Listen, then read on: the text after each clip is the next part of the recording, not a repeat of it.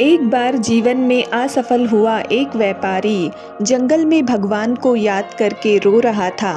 वो बार बार भगवान को याद करता और अपनी असफलता का कारण पूछता। जब वो ऐसा कर रहा था तब जंगल में एक साधु जो अपनी कुटिया की ओर जा रहे थे, वो व्यापारी की व्याकुलता और निराशा से भरी बातों को सुन सब समझ गए। साधु ने उस व्यापारी को पास बुलाया और बताया कि मैंने जंगल में घास और बांस दोनों के बीज बोए थे। उन दोनों बीज की बहुत मेहनत से देखभाल भी की। पहले ही साल में घास तो हरी भरी हो गई, लेकिन बांस का बीज जैसा के तैसा ही रहा। लेकिन मैंने फिर भी अगले साल भी बांस के बीज की वैसे ही देखभाल की जैसे कि घास की।